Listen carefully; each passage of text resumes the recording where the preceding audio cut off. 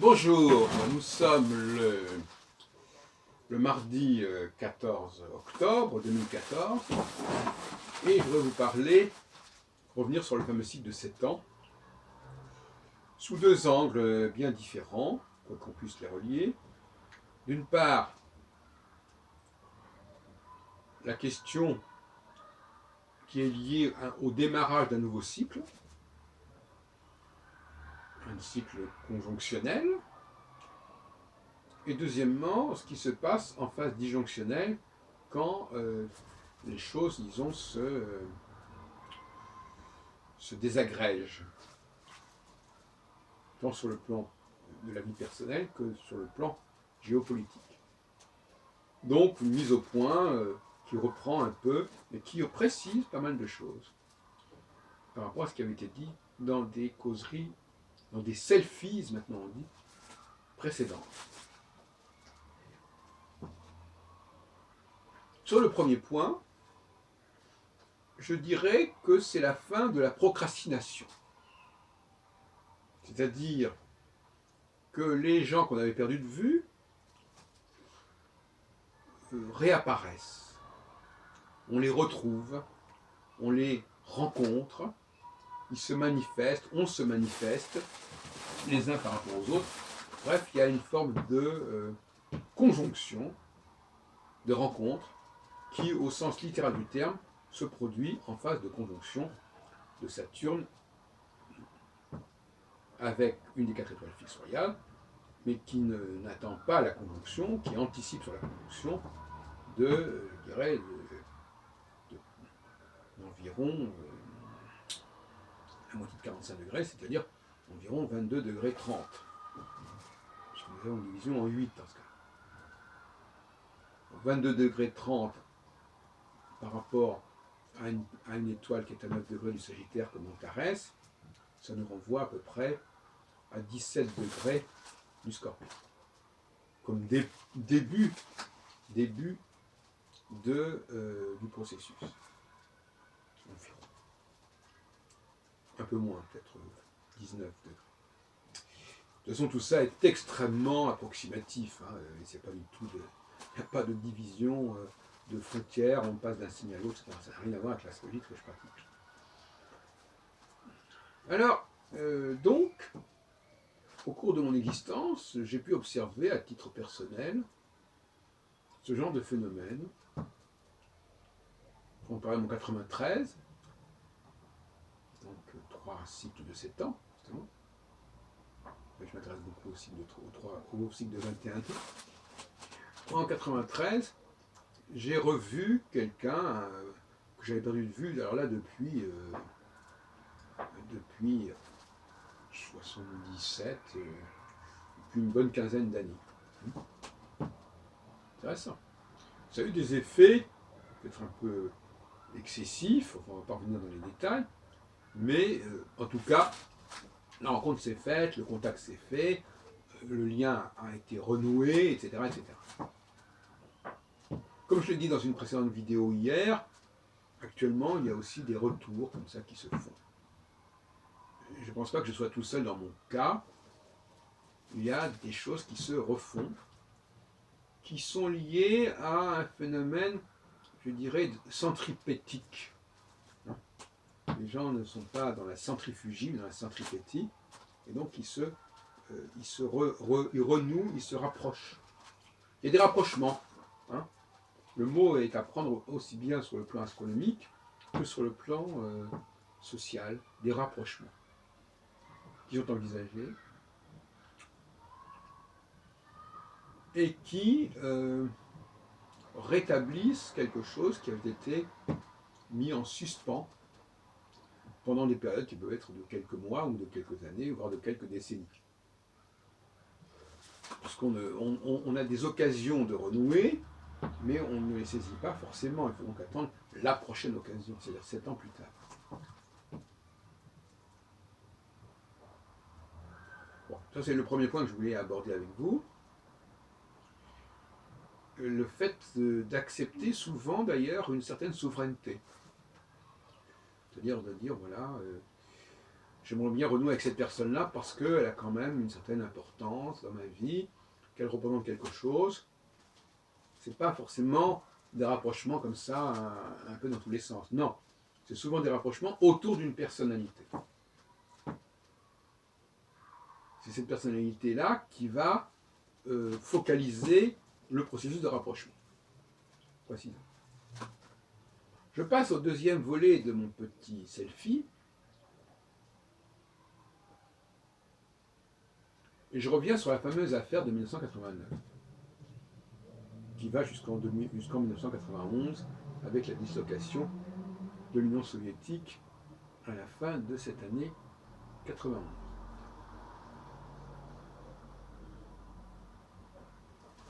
Cette période-là est du même genre que l'année que ce qui s'est passé en 2011. C'est-à-dire crise du leadership.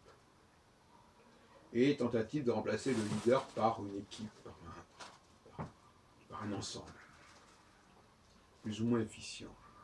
Un collège, une junte, une troïka, enfin peu importe. Et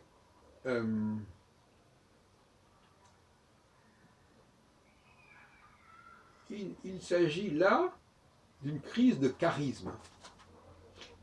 Le Ceausescu, qui n'était pas, la Roumanie n'était pas un membre du pacte de Varsovie, à Gorbatchev, en passant par bien d'autres, que ce soit en Tchécoslovaquie, ou en Bulgarie, ou en Pologne, ou même dans les pays baltes,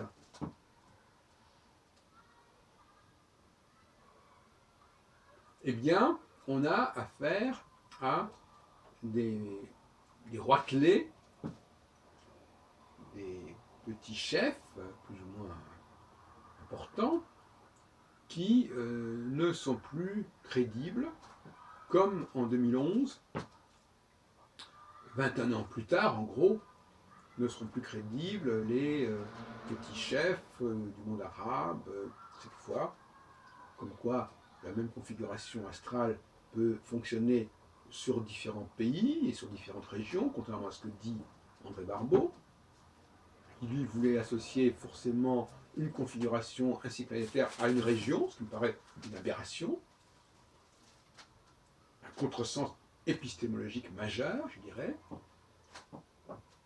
même si ça a pu sembler être validé, parce que ce qui s'est passé avec Gorbatchev, c'est pas la même chose que ce qui s'est passé en Roumanie. Si, c'est la même chose, mais c'est parce qu'il y a une configuration astrale commune. Il n'y a pas de rapport de cause à effet. C'est plutôt des effets successifs et cumulatifs d'un processus qui ne s'explique qu'astrologiquement. Et astrologiquement, c'est pas historiquement, même s'il peut y avoir des recoupements.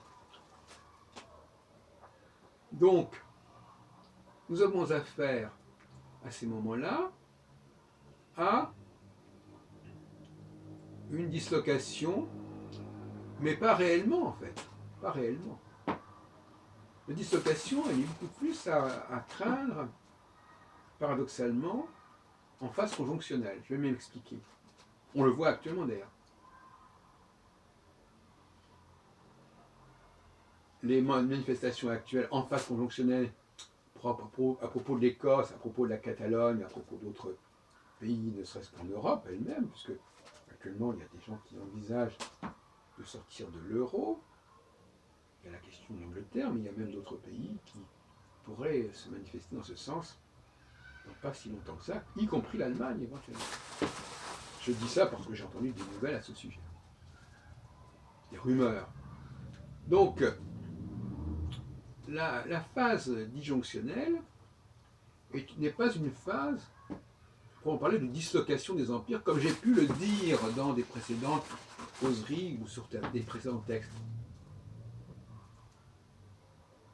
En tout cas, ce n'est pas l'effet premier. L'effet premier, c'est une volonté pour les peuples concernés de reprendre le pouvoir et de désigner des représentants qui seront issus, qui émaneront de leur rang. Il ne faut pas oublier que ces différents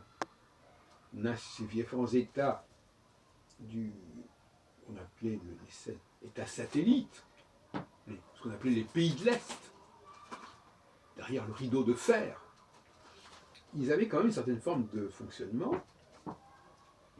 Il y avait des leaders, personne ne dira le contraire, il y a eu des leaders en Tchécoslovaquie, il y a eu des leaders en Pologne, il y a eu des leaders il y avait toutes sortes de petits leaders qui étaient plus ou moins asservis à Moscou, mais qui n'en existaient pas moins. Tout comme il y avait des partis communistes en Europe occidentale qui étaient également asservis à Moscou.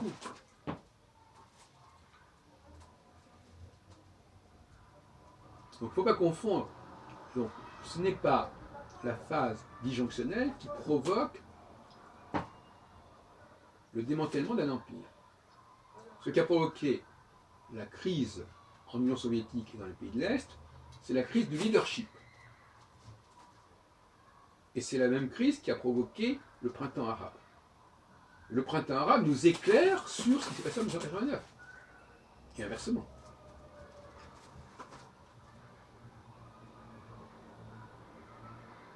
En revanche, la phase conjonctionnelle, elle, peut effectivement être liée au contraire à l'émergence d'un leader. Donc, le phénomène est totalement différent. C'est l'émergence d'un leader nationaliste, régionaliste, qui va provoquer un problème au sein d'une communauté. Et ça, c'est conjonctionnel. Le phénomène de l'autosuffisance, de l'autonomie, c'est un phénomène qui n'a rien à voir avec la défaveur et la chute des leaders. Au contraire, c'est quand les leaders reprennent du poil de la bête que l'autonomie devient une question majeure, un enjeu majeur. Oui. Tout ça pour vous dire que dans le domaine de l'astrologie, de la recherche astrologique, il faut préciser, il faut consolider la théorie. Et il suffit d'avoir une théorie qui n'est pas suffisamment pointue pour qu'on lise des énormités. Et moi-même, je reconnais que, rétrospectivement, si sur le plan chronologique, on arrive effectivement à cadrer les choses, le diagnostic de ce qui se passe au cours de ces périodes peut être totalement erroné, en dépit de certaines apparences. C'est pour cela que il faut distinguer en astrologie deux types de prévisions. Les prévisions de date et les prévisions qui sont des prévisions que je ne dirais pas quantitatives, parce qu'on va donner des dates, des chiffres, et des prévisions qualitatives qui vont nous dire de quoi il s'agit. Quel est l'enjeu? Dans le cas d'André Barbeau, par exemple, qui donc est nonagénaire aujourd'hui,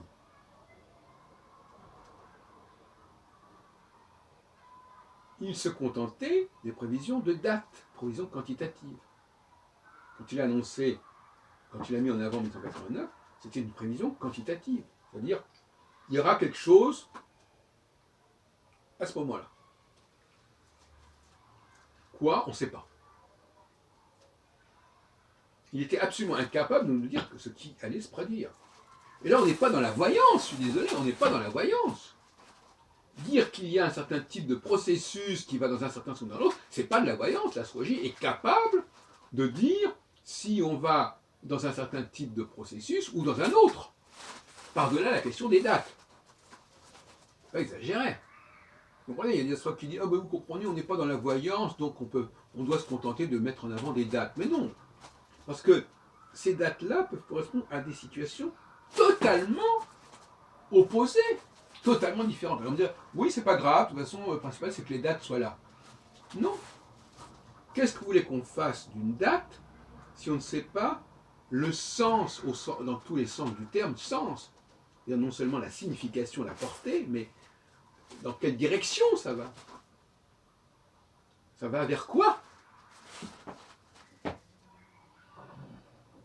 On passe de quoi à quoi?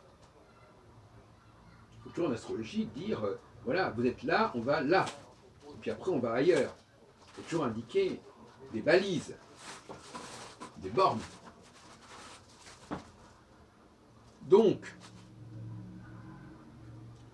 1989 aurait dû être, si nous avions eu à l'époque les outils pour le faire, ce qui n'était pas le cas, en l'occurrence pour toutes sortes de raisons,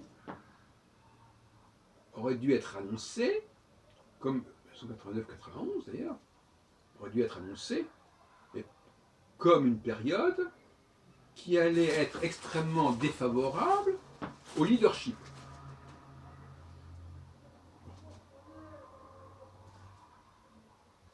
Ça veut dire que il y aurait une remise en question de ceux qui dirigeaient le pays. Ce qui s'est produit d'ailleurs en 68, 21 ans avant 1989, dans notre propre pays, la France. Sans parler de ce qui s'est passé à Prague à ce moment, pendant l'été 68. Et, c'est un autre sujet. Bon. Donc, mise en question, chute, c'est beaucoup dire, mise en question, remise en question, crise. Quand même, De Gaulle est quand même allé à Baden-Baden à ce moment-là. Bon. Et il n'y a pas forcément de chute totale. Regardez par exemple ce qui s'est passé en Syrie, ça ne s'est pas passé dans le même scénario que ce qui s'est passé en Tunisie, en Libye ou en Égypte. Mais il y a eu quand même eu un processus de contestation, c'est le moins qu'on puisse dire. Et même il a été beaucoup plus exacerbé du fait que justement le chef n'est pas parti. Il n'est toujours pas parti d'ailleurs. Et qu'il risque peu de partir maintenant, puisque la phase de remise en question du leadership, elle est révolue, elle est suspendue. Il a tenu le coup suffisamment longtemps pour que maintenant ce ne soit plus le problème. Et qu'on préfère parler avec des gens qui sont responsables et qui ont un certain pouvoir. D'où la remise en question des politiques par rapport à l'Iran, par rapport à la Syrie, etc.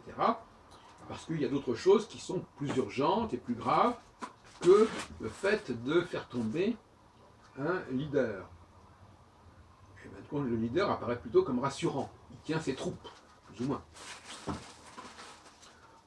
Voilà, donc je ne vais pas aller beaucoup plus loin, je résume en disant l'autonomie est une clé fondamentale pour comprendre la conjonction. Autonomie personnelle, autonomie individuelle, autonomie du pays, autonomie de la région, autosuffisance, ce qui implique moins d'importation, peut-être plus d'exportation par contre, puisqu'on préfère que ce soit les autres pays qui soient moins autonomes, plus dépendants, et refus de se plier, par exemple, à certaines règles communautaires, dans le cas de la France. Et actuellement, ce refus passe assez bien, parce qu'on est dans une phase conjonctionnelle. Et on retrouve un accent un peu gaulliste à ce moment-là.